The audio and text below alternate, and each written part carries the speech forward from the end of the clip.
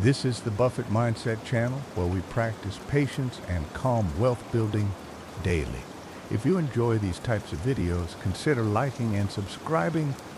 This will mean a lot to the channel. Stop what you're doing and listen, because this is not entertainment.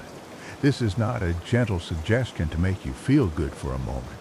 This is a call to arms, a summons to rise, a command from the eternal laws that govern wealth, power, and destiny. You have lived too long with hesitation in your bones, too long with fear whispering in your ear, too long treating your potential though it were a coin toss. But I tell you plain, destiny does not belong to the man who waits for odds, who weighs every storm, who bends his back under doubt. Destiny belongs to the man who acts odds if he cannot lose. Understand this: the world does not bend for the timid, it bends for the decisive. It does not reward the careful man who studies every possibility until the opportunity is gone. It rewards the one who, when faced with 10 doors, chooses one and walks through it with the stride of a conqueror. You have been told to wait until the time is right. Let it rake that lie. The time will never be right. Conditions will never align to satisfy your hesitation. If you wait for certainty to come from the outside, you would die waiting. Certainty is not given, it is created. It is commanded. It is declared within the man who decides that failure is not that option, but victory is already his. Do you think Buffett built Berkshire Hathaway by hoping markets would be kind? Do you think Ford built the automobile industry by waiting for bankers to pat it on the back? Do you think Edison lit the world by trembling at every failed attempt? No. They moved dead though the end was already theirs. And as they carried themselves days victors, the world had no choice but to bend. The law does not ask whether you are ready. It asks whether you are decided. The man who acts if he cannot lose transforms reality. Not because he controls every detail, but because his mind leaves no space for retreat. Mark this well when you decide you cannot lose. Even defeat becomes servant to your victory. The deal that falls apart trains you for the greater one. The venture that collapses pet your edge for the empire to come. The rejection that stings steals your faith for the acceptance that matters. To the undecided man, these are failures. To the man who cannot lose, these are bricks in his foundation. He does not curse them. He collects them. He does not retreat from them. He compels them into service. And in the end, what looked like setback was strategy. What looked like loss was leverage. What looked like delay was preparation. But hear me straight. This posture is not arrogance. It is not reckless gamble. It is not blind hope. It is law. It is the unbreakable marriage of definiteness of purpose and unshakable faith. Without aim, acting lead if you cannot lose is delusion. But with aim clear, sharp, definite, it becomes unstoppable. Ford knew his aim, Edison knew his aim, Carnegie knew his aim. And as they refused to move, as if there were a chance of failure, the world had to rearrange itself to obey their will. I tell you now, if you are ambitious, if you hunger for more, you must train your mind to walk in this same posture. Stop asking, what if it doesn't work? Start declaring, it is already working. Stop saying, I hope to succeed. Start saying, my success is inevitable. Speak it until your tongue refuses any other language. Think it until your mind rejects every doubt. Act it until your body follows without hesitation. Because the law is clear, your dominant thought mixed with faith and repetition must become reality. This is not philosophy. This is not imagination. This is law, eternal and exact. Picture yourself as the general of army. If you march with hesitation, your soldiers will hesitate. If you question every move, they will falter. But if you stride into the field, and if the victory is already won, if your voice carries conviction, if your orders are delivered with certainty, your men then fight beyond their strength. They will mirror your posture, and the world itself will conspire to fulfill your command. That is how you must lead your own mind. That is how you must command your own life. Think of the man who walks into a negotiation trembling, unsure whether he deserves the deal.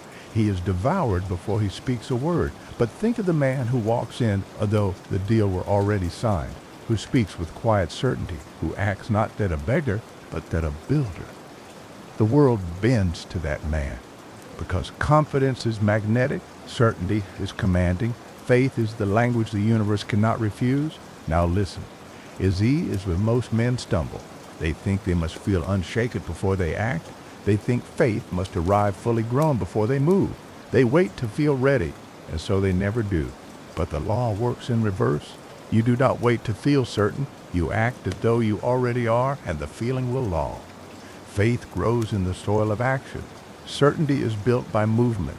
When you step, but if you cannot lose, every step reinforces the belief. And soon belief is no longer fragile. It is fact. You may protest, but what if I lose everything? I answer, if you are fixed in purpose, if you are definite in aim, you cannot lose. You may lose money, you may lose time, you may lose comfort, but you cannot lose destiny, because every so-called loss becomes material for your ultimate victory.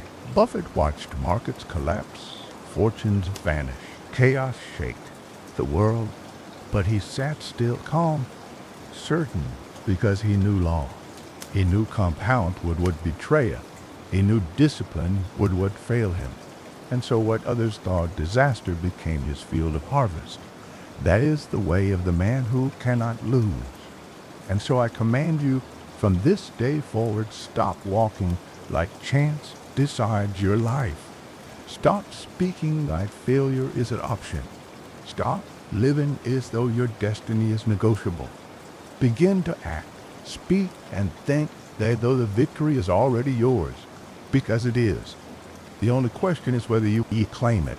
When you decide to act as if you cannot lose, the first battlefield is not the world outside, but the theater of your own mind.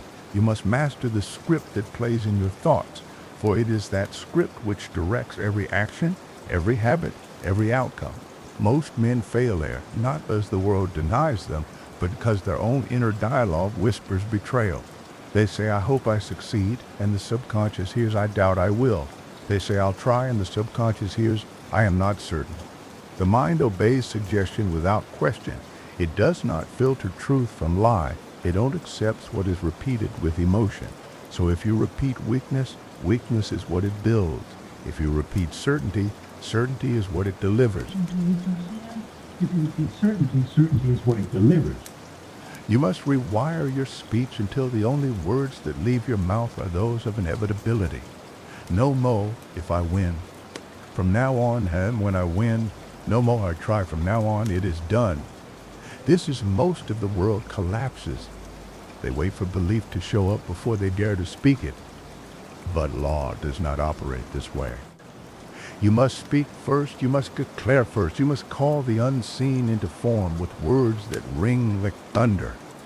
When a farmer sows seed, he does not wait for the harvest to shout, I believe in you.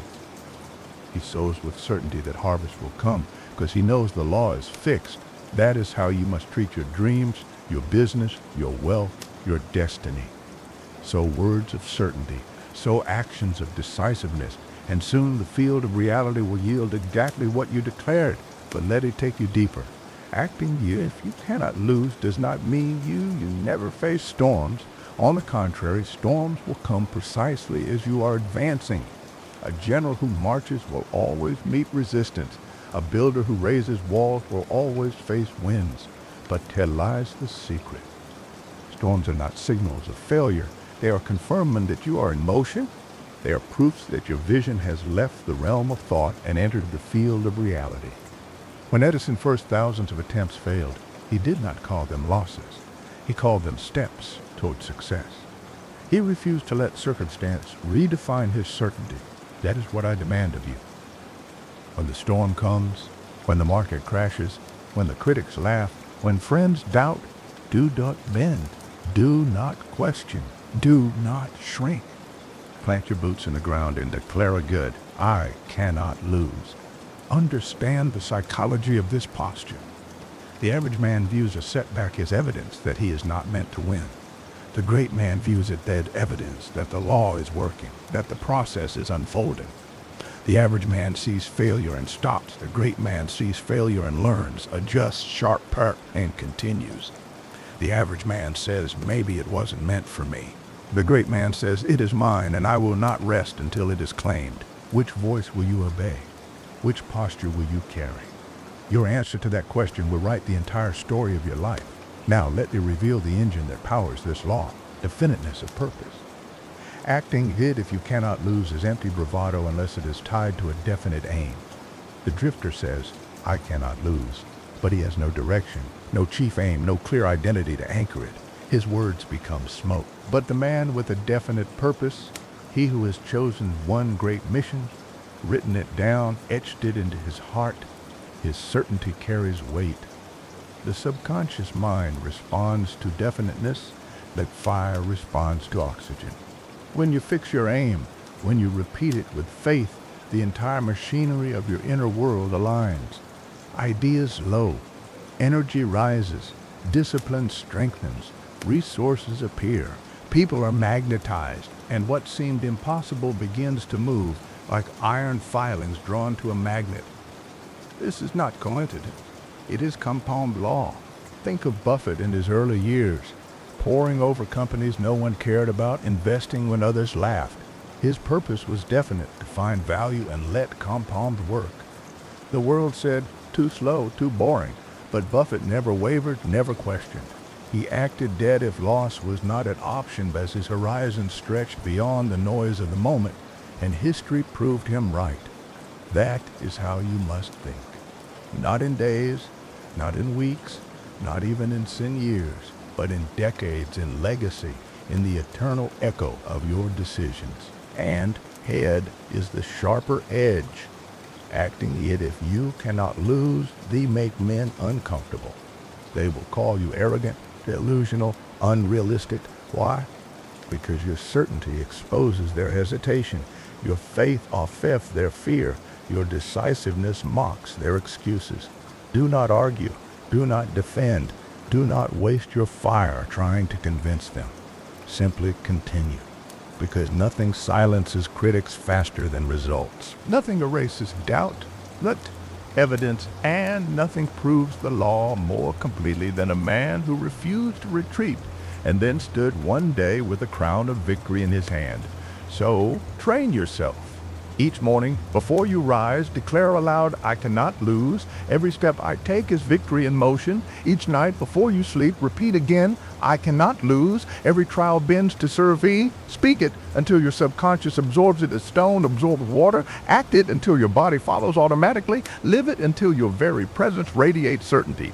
This is a legends are forged, not in endless hesitation, but in the unshaken posture of the man who knows the law is on his side. Let it leave you with this truth.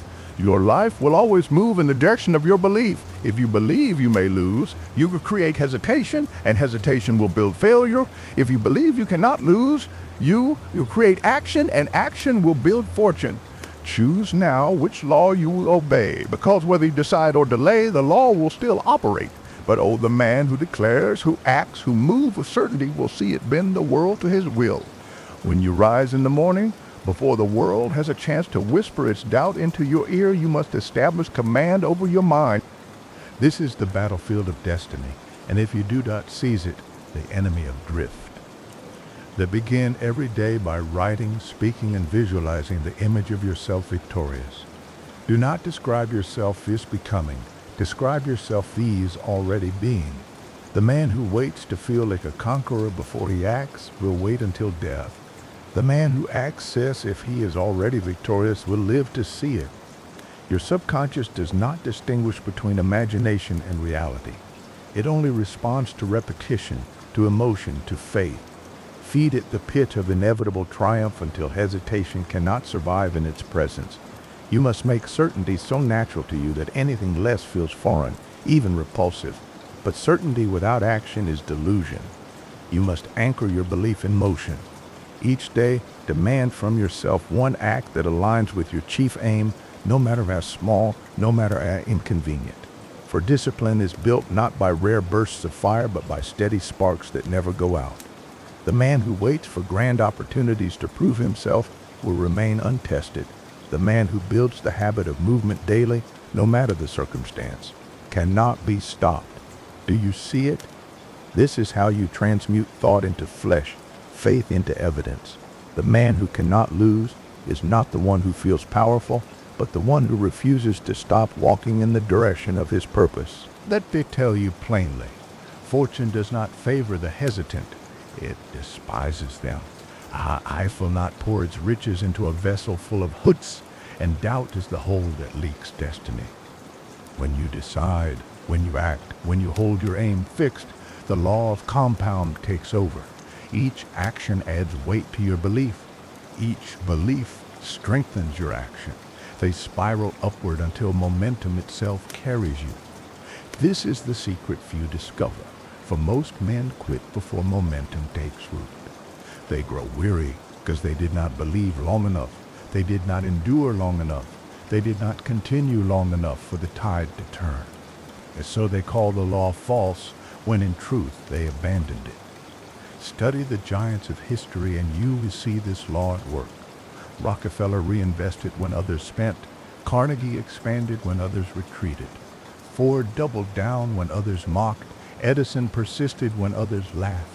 What made them great was not genius alone, but the refusal to allow defeat to define them. They acted as if loss was impossible, and in the end, loss only became the soil of greater triumphs. Their setbacks became fuel, their obstacles became stairways, their delays became training, and so the world bent itself to their certainty. Do not think you are different. The law is no respecter of persons. It yields to faith and definiteness wherever it finds them. Now listen to this warning. When you begin to act as if you cannot lose, temptation will come to test your resolve. You will be offered shortcuts, distractions, comforts, disguised off opportunities. They will whisper, ease your pace, soften your edge, compromise your standard. But you must refuse. For the man who cannot lose does not dilute his vision. He does not sell his birthright for a bowl of comfort. He does not trade long legacy for short pleasure. Remember, victory is not handed to you whole. It is carved into your bones by the chisel of discipline. Every no you speak to distraction is another brick in your empire. Every sacrifice you make for the sake of your aim is another proof that you cannot be broken. And when critics rise, they surely will, do not waste your breath in argument. Do not let their doubt enter your ears. They speak not of you, but of themselves. Their words are the echo of their own defeated needs. Let your results silence them. Let your posture answer them. Let your relentless march prove what your lips need not. For the world remembers not the man who debated his greatness, but the one who embodied it without apology. Finally, understand this. Acting if you cannot lose does not mean you never stumble. It means every stumble is turned into strategy. Every trial becomes training. Every detour becomes direction. The man who cannot lose is not the one who avoids fire, but the one who walks through it and emerges refined. You must carry this truth in your chest. Every event of your life, pleasant or painful, easy or hard, is conspiring for your victory if you refuse to surrender.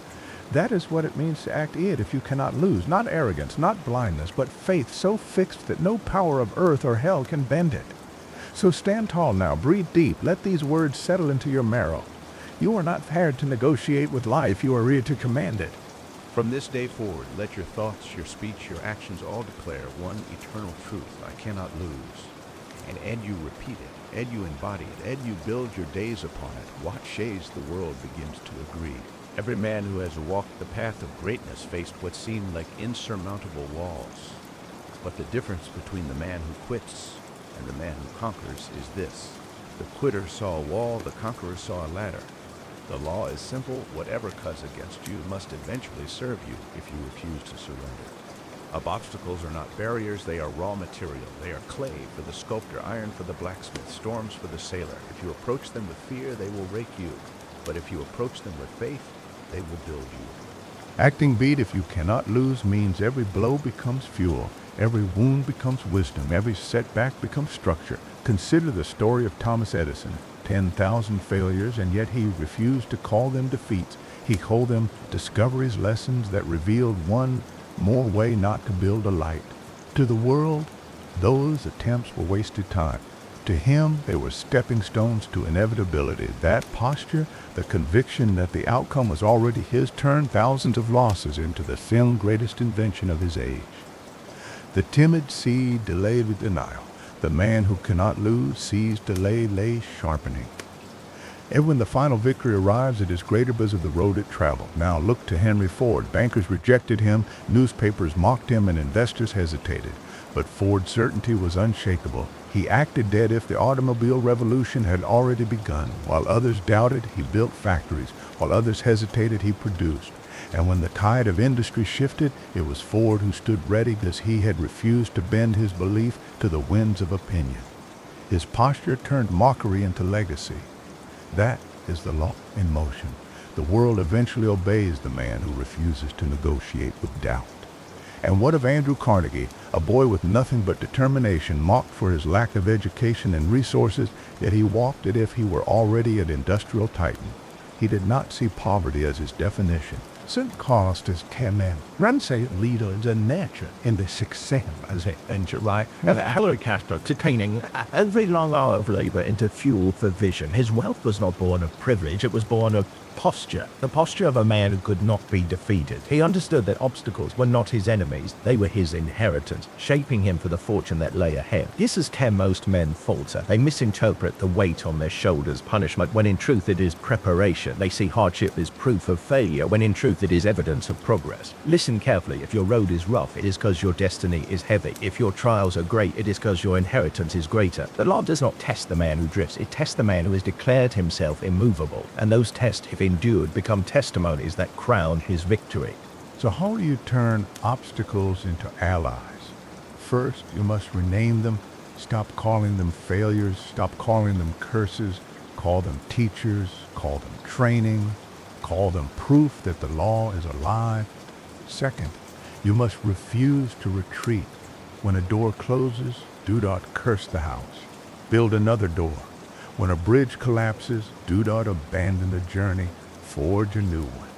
The man who cannot lose understands that persistence is not just repetition, it is reinvention. It is the ability to adapt, adjust, and overcome without surrendering the aim. Third, you must anchor your mind daily in the vision of completion. When trials whisper it will not work, you must answer, it is already working. When doubt knocks, you must reply with affirmation so fixed it shakes the walls. Repeat this until your bones believe it, for the subconscious mind will always obey the voice it hears most. If that voice is fear, it'll weaken you. If that voice is faith, it'll move mountains. You must feed it faith until fear starves. Do not misunderstand me. This path is not without pain. Acting that if you cannot lose does not spare you from scars, but it transforms scars into symbols. Every mark upon your soul becomes a medal. Every bruise becomes a badge. They do not disfigure you. They declare you. They proclaim that you are a man who cannot be broken. And the world, seeing this posture, yields. It may fight, it may resist, but eventually it must obey. So I tell you, the next time you meet resistance, do not shrink. Stand taller. The next time you feel crushed, rise fiercer. The next time you are mocked, smile, for you know what they do not, that you are inevitable. This is how obstacles become allies. This is how setbacks become springboards. This is how the law transforms adversity into advantage. The man who cannot lose does not run from storms. He rides them. He does not fear the fire. He forges himself in it. And when the smoke clears, it is always he who remains. You are not fragile. You are not defeated. You are not broken. You are forged, tested, sharpened. And if you act as if loss is impossible, we discover the truth. It is. For the law cannot deny the man who refuses to deny himself. The discipline of inevitability begins not with grand acts, but with simple, relentless repetition. Every morning you rise, your mind is clay, soft and ready to be shaped. Most men squander this hour by feeding their spirit with noise, with distraction, with doubt borrowed from yesterday failures. But the man who cannot lose uses the morning in his forge. He repeats words not of weakness, but of victory. He speaks not as if he hopes, but as if he commands. For the subconscious mind is a loyal servant, and what you declare at dawn becomes your attraction for the day. Tell yourself aloud before your feet touch the ground, I cannot lose as my aim is definite and my faith is fixed. Do not whisper it timidly. Speak it with the weight of a man delivering orders to an army. For when you speak with authority, your body will obey, your habits will align, and the world will shift. This is the first discipline. Command your mind before the world commands it for you. The second discipline is vision. The timid man waits for proof. The inevitable man paints proof in advance. He sees the goal not at a possibility, but at a memory he is walking toward. Andrew Carnegie did not wait to feel wealthy before planning the libraries he would fund. He envisioned them long before his steel empire was realized. Thomas Edison saw the world lit by electricity while others still cursed the darkness. Henry Ford pictured the automobile in every family driveway while his neighbors mocked the idea of fantasy. Their visions were not wishes, they were instructions to their subconscious minds, blueprints repeated daily until the world itself bent to obey. You must do the same. Close your eyes each day and see yourself not as you are, but as you have chosen to be. See the fortune already in your hands, the health already in your body, the influence already yours to wield. Do not waver. Do not dilute the image with doubt. See it until you believe it, and believe it until you live it. For the subconscious cannot distinguish between real and imagined. It only knows repetition and emotion. Feed it certainty, and it delivers certainty. The third discipline is action. Faith without works is dead, and thought without movement is impotent. The man who cannot lose does not wait to feel ready. He moves while the timid are still debating. He takes one step every day, small or large, but always forward. Do not underestimate the compound power of consistent movement. A Zen swing of the axe may not fell the tree, but repeated daily. It is. A Zen brick may not build the fortress, but laid each morning. It stand unshakable. The inevitable man acts not once in hope, but daily in faith. The fourth discipline is guarding the gates. Every day voices will compete for your attention, voices of critics, voices of cowards, voices of your own lingering doubts. If you permit them, they will plant seeds of hesitation in your mind. The man who cannot lose chooses carefully what he allows to enter. He does not dwell in gossip. He does not entertain endless opinions. He does not seek validation from the multitude. He surrounds himself only with those who strengthen his faith or remain silent. His mind is a fortress, and he does not leave the gates unguarded. The fifth discipline is persistent. Most men may endure effort for a day, a week, or a season. But persistence is the province of the inevitable. It is the decision that no matter how long the journey, the end is certain. Thomas Edison did not fail because his experiments stretched into years. He succeeded because his persistence outlived his setbacks. Carnegie did not quit when fortune seemed distant. He persisted until they were inevitable. Ford did not abandon his aim when critics laughed. He persisted until they begged to invest. The man who cannot lose does not measure success by speed, but by endurance. His faith is not for a moment, but for a lifetime. And the sixth discipline is gratitude. You may wonder what gratitude has to do with inevitability. Everything. Gratitude fixes your focus not on what is missing, but on what is present. It trains your mind to see abundance rather than lack, progress rather than distance, strength rather than weakness. A grateful man cannot be defeated, as he interprets every event as part of his blessing. To the ungrateful, a delay is a curse. To the grateful, it is preparation. To the ungrateful, a loss is proof of failure. To the grateful, it is fuel for growth. Gratitude transforms every trial into treasure and every step into progress. If you apply these 6 disciplines, commanding your mind, envisioning your future, acting daily, guarding your gates, persisting without end, and walking in gratitude, you will become a man who cannot lose. Not because life spares you from storms, but its storms cannot shake you. Not because obstacles disappear, but its obstacles bend to your will. Not because the world is easy, but it's your mind is inevitable. Say it now. I cannot lose because I refuse to quit. I cannot lose because my aim is definite. I cannot lose because faith is my posture and persistence is my weapon. Repeat it until it becomes the marrow in your bones.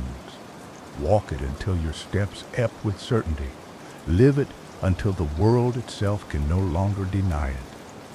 For this is the law.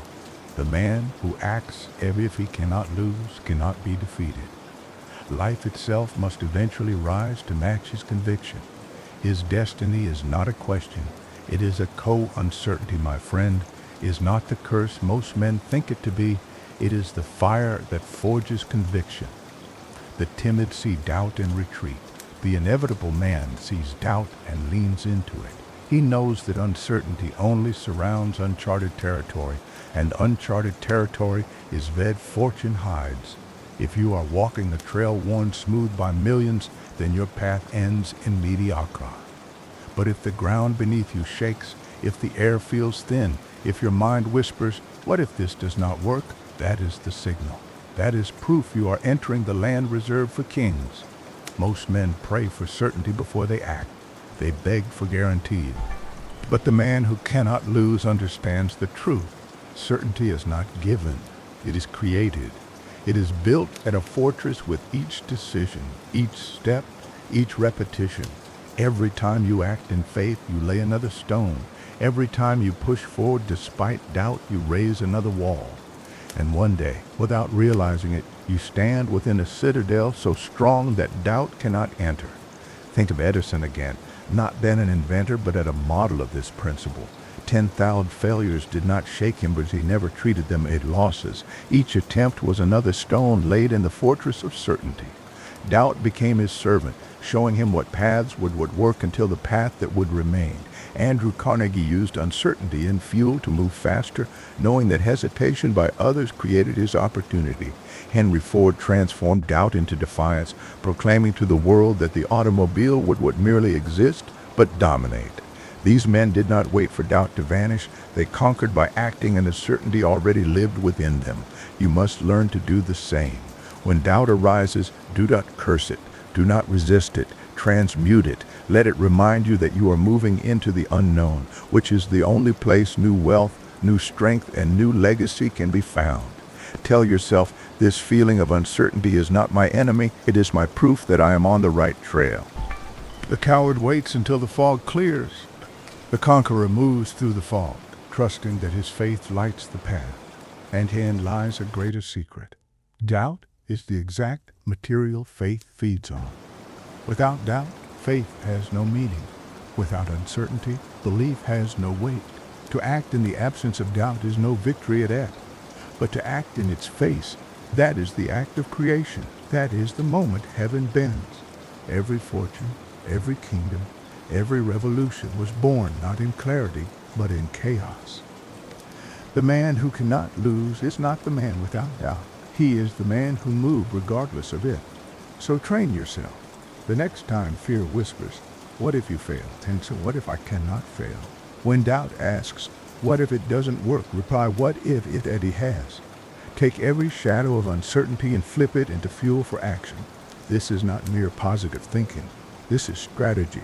This is law.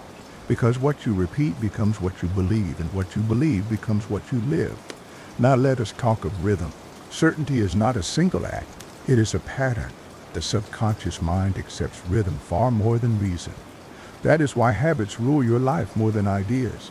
A man may hear truth once and ignore it, but truth repeated daily becomes identity, and identity never loses. If you want to act as if you cannot lose, you must build a rhythm of certainty so strong that hesitation cannot break it. Wake with declarations. Act with decisions. Sleep with gratitude. Repeat until your rhythm is so powerful that even when storms arrive, your steps do not falter. The world will resist you at first. It'll test you with setbacks, with criticism, with loss. But remember, these are not signs of failure. They are confirmation of progress. The world never resists the man who is irrelevant. It resists only those who threaten to change it. When the world pushes back, it is proof you are pushing forward. Smile at the resistance. Use it as training. Each obstacle is weight added to the bar of your soul, and lifting it makes you stronger.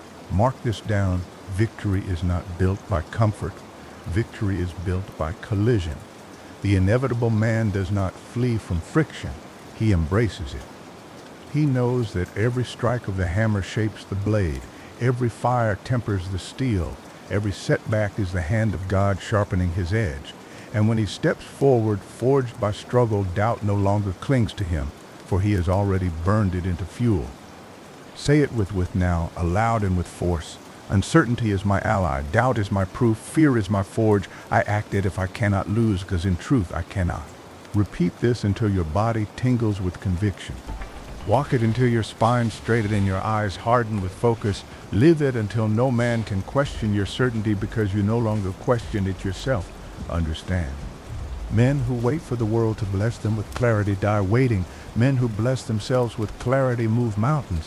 Which one win you be? The world is watching. Your legacy is waiting. The law is already written. Act it if you cannot lose, and you will discover that you never truly could. Words, my friend, are not mere noises passing from the lips. They are commands written into the soul, blueprints pressed upon the subconscious, orders given to the universe itself. The man who speaks casually, the man who lets his tongue wag without discipline, is the man who unconsciously surrenders his fortune. He does not even know that every whisper of doubt, every careless confession of fear, every lazy phrase like "I can't, I'm tired, I'll try," are spells cast against his own destiny. But the man who cannot lose knows better. He speaks as though victory were already carved into stone. His tongue does not tremble with hesitation. It declares, it confirms, it commands. This is no metaphor. This is no preacher tale. This is law. The subconscious mind accepts repetition as truth. It does not argue. It does not reason. It does not analyze. It obeys. If you say, "I am weak," it nods and prepares weakness. L'ambiance thansely. A belonged and biter kinder alive me at their fans, written into the soul, blueprints pressed upon the subconscious, orders given to the universe itself. The man who speaks casually, the man who lets his tongue wag without discipline, is the man who unconsciously surrenders his fortune. He does not even know that every whisper of doubt, every careless confession of fear, every lazy phrase like "I can't, I'm tired, I'll try," are spells cast against his own destiny. But the man who cannot lose knows better. He speaks as though victory were already carved into stone. His tongue does not tremble with hesitation. It declares, it confirms, it commands. This is no metaphor. This is no preacher tale. This is law. The subconscious mind accepts repetition and truth. It does not argue. It does not reason. It does not analyze. It obeys. If you say, "I am weak," it nods and prepares weakness. If you say, "I am tired," it obeys and drains you. If you say, "I am unlucky," it arranges the world to keep you poor. But if you say, "I cannot be stopped," the subconscious becomes an engine of endurance. If you say, "I was born to be wealthy," it begins arranging circumstances to supply abundance. If you say, "I always finish," then even when storms rise, something in you grind forward until the work is done. Do you think Henry Ford built his empire by saying, "I'll try to make a car"? Do you think Edison invented light by mumbling, "Maybe it'll work"? You think Carnegie bent the steel industry to his will by saying, "I hope it possible"? No. They spoke with thunder. They declared, "This will be built. This will work. This will be mine." Their tongues trained their minds, and their minds trained the world. That is why I warn you, banish weak words. Expect them from your vocabulary, and you would drive serpents from your tent. Never say "fifth." Never say "maybe," never say "someday." Speak only in the tongue of inevitability. I am, it is done. Not because arrogance makes it true, but because repetition bends your subconscious into unshakable certainty, and certainty bends the world into alignment. Think on this. Every kingdom, every empire, every revolution was announced first with words. Before armies marched, or walls were built, or fortunes were there was always a voice that declared, "It shall be so." Napoleon Hill called this autosuggestion, but call it what you. It is the steering wheel of destiny. He who controls his words controls his world. You say, but what if I don't believe the words at first? That is natural. Faith is not instant. Faith is repetition hardened into conviction. At first, your words may feel hollow. You may say, "I cannot lose," and your old self whispers, "Yes, you can." Say it again. Say it 100 times. Say it until your whisper of doubt is drowned in the thunder of your own certainty. Say it until your very posture, your tone, your presence echoes your declaration. This is not lying. This is training. This is law. Do you recall the farmer? He does not look at barren soil and say, "Perhaps something will grow." He plants seed, waters it, and declares, "Harvest is coming." And though weeks pass, though storms come, though weeds rise, he does not retract his words. He knows the law. He knows the process. His declaration does not waver, and in time, the harvest obeys. So it is with you. When you declare your certainty, when you speak, if loss is impossible, you are planting seeds into the soil of your subconscious. You must not curse the ground when harvest is slow. You must not dig up the seed to see if it has sprouted. You must water it daily with repetition, with faith, with unshaken words. I will tell you plain. Men who mock this principle, men who scoff at positive speech if it were childish, are men who live small lives because their own tongues betray them. Their careless speech is their curse. They confirm failure daily and call it honesty. But the man who cannot lose does not waste words on what is. He spends words on what must be. He does not speak of poverty. He speaks of wealth. He does not speak of sickness. He speaks of strength. He does not speak of retreat. He speaks only of advance. So let your words become your fortress. Let every morning begin with declarations. Let every night close with affirming.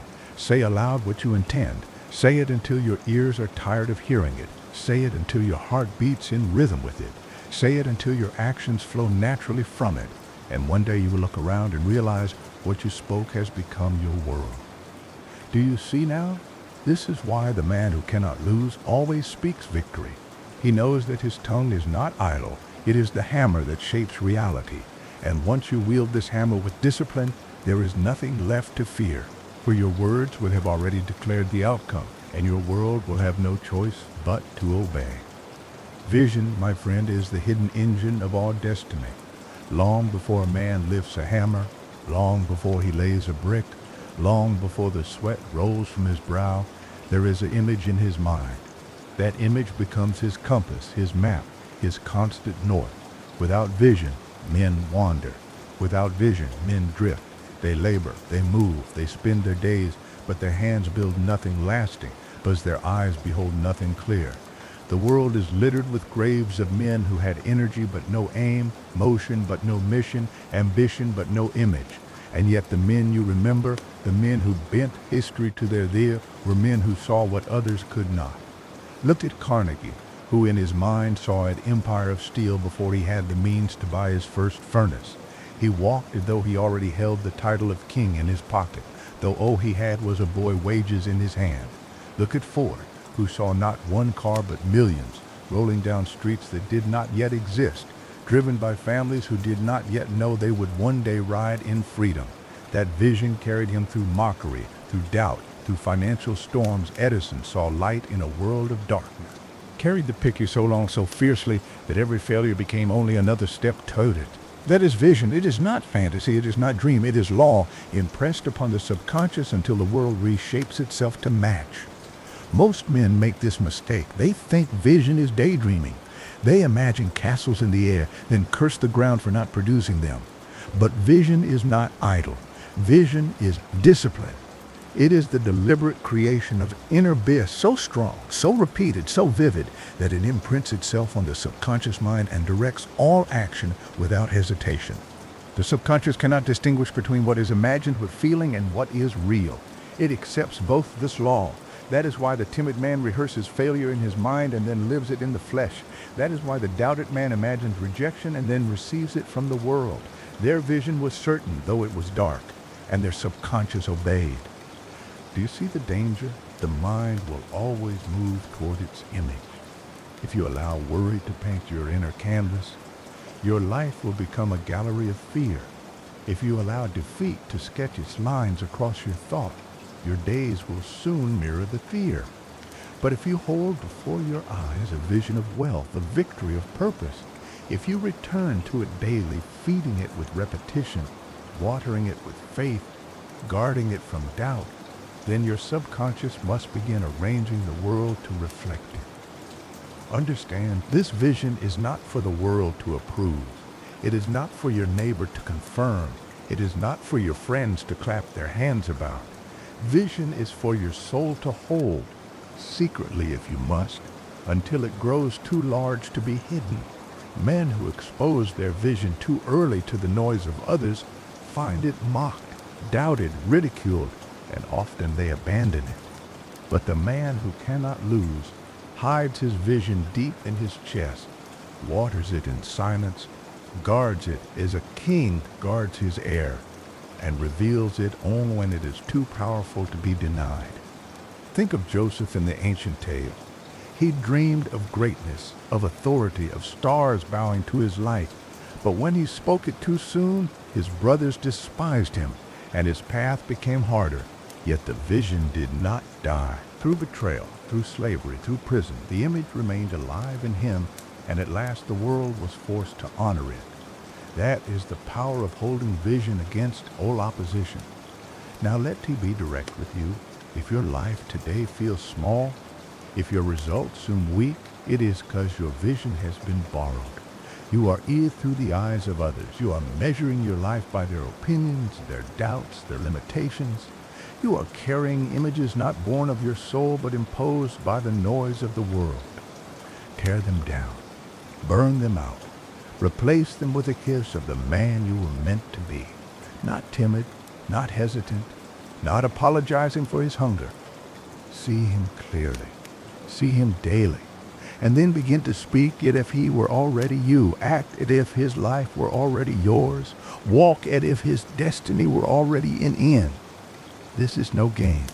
This is no pep talk. This is the law of transmutation.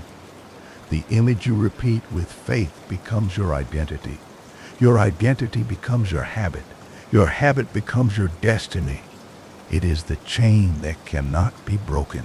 So tonight, when the world grows quiet, when the noise of the day has fallen away, sit with your vision. Do not scroll, do not chatter, do not drown it in distraction. Close your eyes. Paint it in Eve. See the house, the work, the health, the influence, the freedom. Hear the sounds. Feel the texture. Taste the harvest. Experience it until it feels more real than your present condition. Then declare it in law. Speak it aloud until your voice trembles with certainty. And return to it every day until the image becomes a command. The man who cannot lose is not the one with the loudest cheerleaders. He is the one who holds vision so steady, so unshaken, that the world must eventually bow to it. And when he steps into the life he imagined, others call it miracle, but he knows it was law all along. Persistence, my friend, is the iron spine of destiny. Vision without persistence is like a flame in the wind, bright for a moment, but gone with the first gust. Persistence is what anchors vision through storms, through ridicule, through delay. It is the proof that you have truly decided. Every man can dream, every man can declare. But only the man who persists proves that his declaration was not a wish, but a law. Think of the farmer again. He plants his seed, he waters, he tends, but the season is long. The soil resists, the weeds rise, the storms threaten. If he were to measure by weeks, he would call himself a fool. If he were to measure by whispers of others, he would quit. But he measures by law, and law says in time what is sown will be reaped. And so he persists. Day by day, season by season, he bends his back to the work because he knows that quitting breaks the law, but persistence fulfills it. Look to Edison. 10,000 failures, they said, 10,000 attempts that didn't work, and the world mocked him. But what did he answer? I have not failed. I have found 10,000 ways that will not work. Do you hear it? That is persistence. That is the faith of a man who knows that the outcome is certain. To the timid, 10,000 failures are death. To the man of destiny, 10,000 failures are steps. Henry Ford persisted when bankers turned their backs, when engineers scoffed, when newspapers declared his vision impossible. He persisted when his first designs broke down, when his company nearly collapsed, when even his friends advised him to quit. He persisted not because he knew every detail of how, but because his mind was fixed on what. Persistence is the shield that protects vision until the world is forced to see it. Andrew Carnegie persisted through poverty, through rejection, through the ridicule of men who thought a Scottish immigrant boy had no place in the industries of America. But he carried steel in his vision and persistence in his chest, and the world bent to him as he refused to bend to the world. And then is the law. Every man will face delay. Every man will encounter trial. Every man will be tempted to quit. The difference between the great and the forgotten is not the size of their vision, but the strength of their persistence. The forgotten man measures by days, and when his seed does not sprout by morning, he leaves the field. The great man measures by eternity, and he knows that every moment of labor is another brick in his unseen foundation. You must understand, persistence is not merely endurance. It is not passive waiting. It is active faith. It is the steady hammer that strikes the stone again and again until the fracture becomes the breakthrough. It is the voice that says, I cannot stop when the world screams, it is over. It is the habit of showing up when no one is watching, of continuing when applause has faded, of holding the line when even allies have abandoned you. Most men quit not because they are defeated, but because they grow tired of waiting. They demand fruit in spring when harvest only comes in autumn. They confuse delay with denial. But law does not deny, it tests. It asks one question: do you believe enough to persist? And those who answer yes inherit all that life has to give.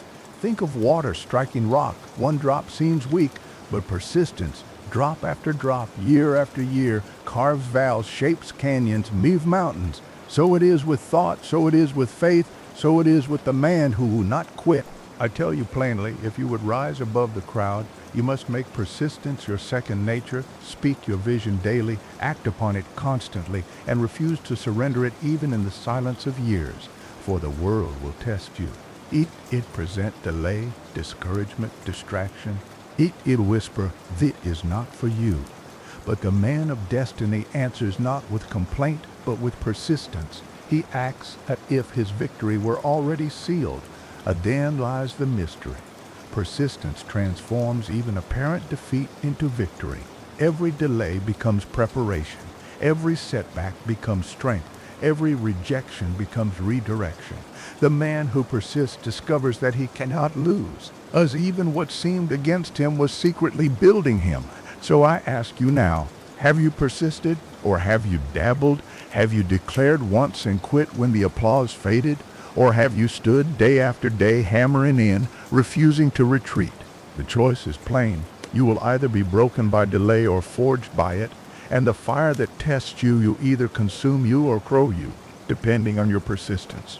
Mark this truth in your soul. Greatness does not belong to the man who begins, but to the man who continues. And if you would live by law, if you would inherit the promise of vision, then you must swear this oath tonight. I will not quit. I will not drift. I will persist until the harvest, until the vision stands in flesh before thee, until destiny bows. Faith and persistence, when bound together, create a force the world cannot resist. Alone, faith can be fleeting, a spark in the night that dies when the wind rises. Alone, persistence can be blind labor, grinding endlessly without vision. But when faith directs persistence and persistence proves faith, they merge into energy that moves mountains and bends the world to the will of the believer. Think of faith as the compass and persistence the steps. A compass without steps never reaches its destination. Steps without a compass wander in circles, but together they chart a straight line through storm and silence. Every man is given this same law. Few obey it, most drift, hoping faith will be enough without effort, or hoping effort will be enough without belief. Both are poverty, but the rare man who unites them commands his world. Consider again Henry Ford. His faith told him the common man would one day drive an automobile, that the carriage of the future would be accessible to all, not just the rich. His persistence was seen in the long years of toil, the failures, the bankruptcies, the rejections from financiers. But when faith refused to dim and persistence refused to quit, the impossible bent into reality. The world laughed until it was forced to ride in the vision he refused to abandon. Andrew Carnegie had faith that he'd build an empire from steel. Faith told him the demand for steel would shape the skeleton of the new America. But faith alone could not lift furnaces or smelt iron. His persistence in reinvesting, in building mills, in enduring criticism, made faith flesh. Together they birthed an industry so powerful it changed the world. Look also at Thomas Edison. 10,000 failures did shake his persistence, because his faith was immovable. He believed light was possible. He saw it in his mind before the world saw it in reality. Yet persistence hammered away at failure until the night surrendered. Had he only believed, the idea would have remained a dream. Had he only persisted without faith, his labor would have been madness. But united, his faith and persistence electrified the earth. Here lies a mystery. The world is not compelled by effort alone. It is compelled by a man so certain of his vision that his every act carries the weight of inevitability. When you meet such a man, you feel it. His tone does not wear. His eyes do not wander. His steps are deliberate. He walks not as though he hopes to win, but as though he has already won. That is faith made visible. That is persistence embodied. And this force is magnetic. It draws allies, opportunities, wealth, and power. Men follow the one who cannot be convinced of defeat. Investors place their gold in his hand. Workers give their loyalty to his cause. Even nature itself seems to bend to him, because the universe recognizes the law. Faith with persistence manifests realities. But let me warn you, this union is not easy. Faith will be tested. Persistence will be tempted to quit. You will be mocked, doubted, delayed, and opposed. The crowd will tell you that you are foolish, that your vision is too large, that your labor is wasted. And in those moments, you stand at the threshold of greatness or mediocrity. If you yield, if you listen, if you falter, the law will not move for you.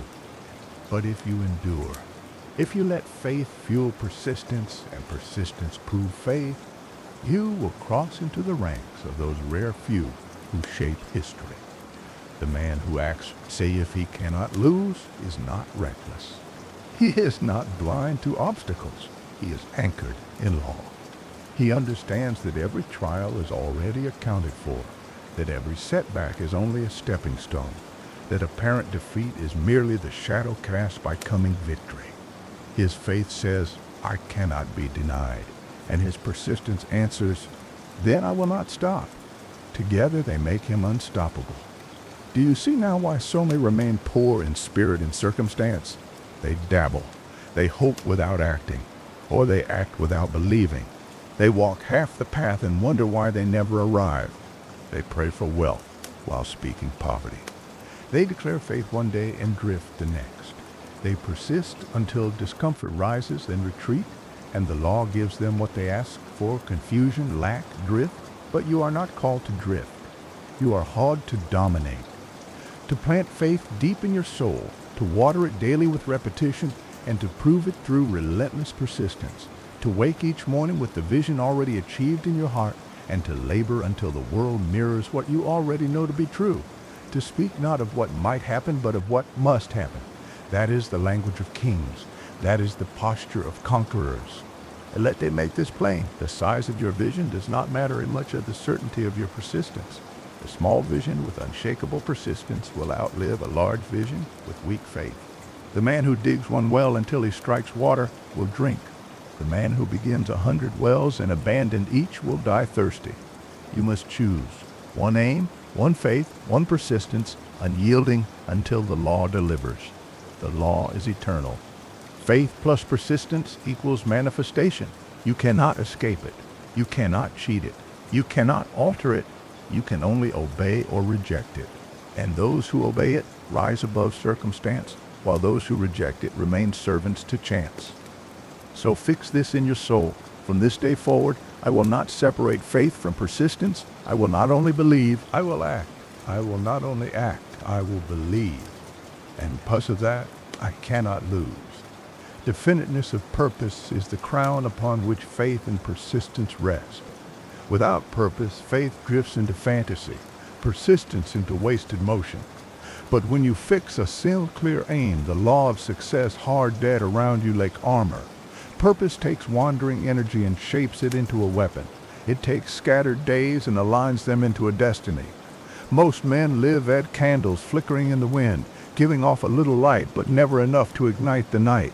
But the man of purpose burns like a furnace, immovable, undeniable, illuminating all who come near. Ask yourself this: what is the one aim that would justify your existence? Not 10 aims, not 20 dreams, not a vague wish. One. The men who bent the world all held one dominating purpose that ruled every decision. Carnegie was steel, Ford was automobiles, Edison was light, Rockefeller was oil, Lincoln was union. Each of them faced distractions, temptation, and delays. But because their aim was definite, they could not be pulled off course. Do you understand the force of definiteness?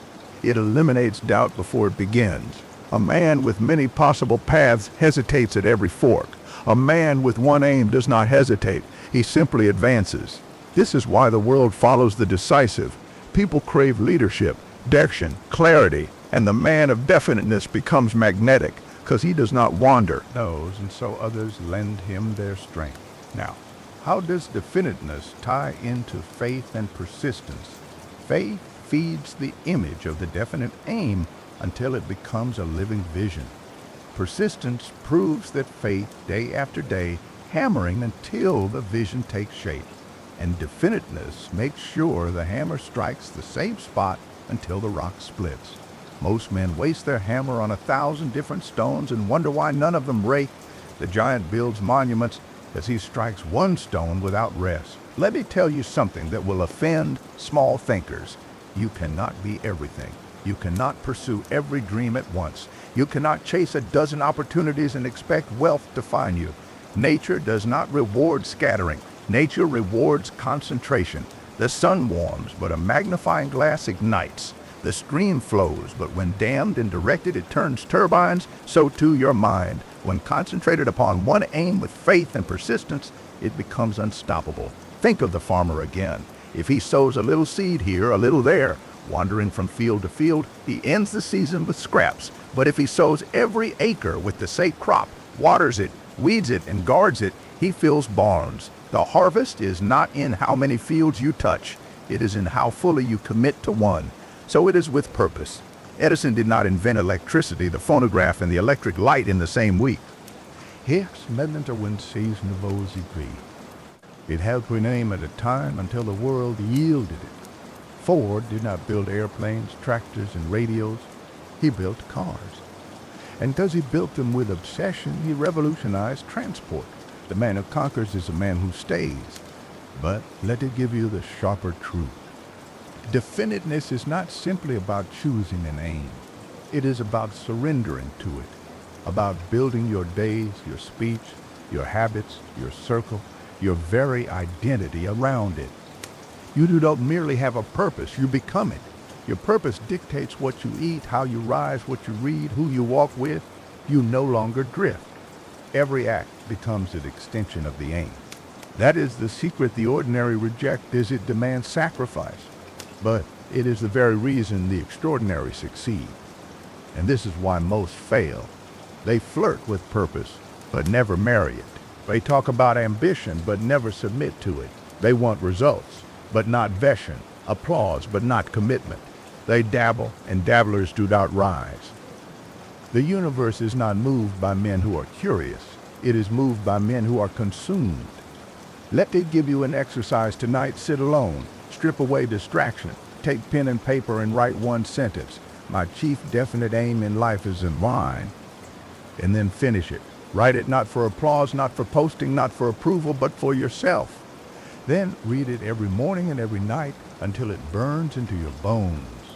Guard it, speak it, build it. That is the beginning of your empire. The world will test you. It whisper other paths, tempt 10 shortcuts. But if you cling to definiteness, you will not be moved. You will meet rejection and keep moving. You will face storms and keep building. You will hear doubt and keep declaring. Because you will know your purpose is already written. Do not mistake me.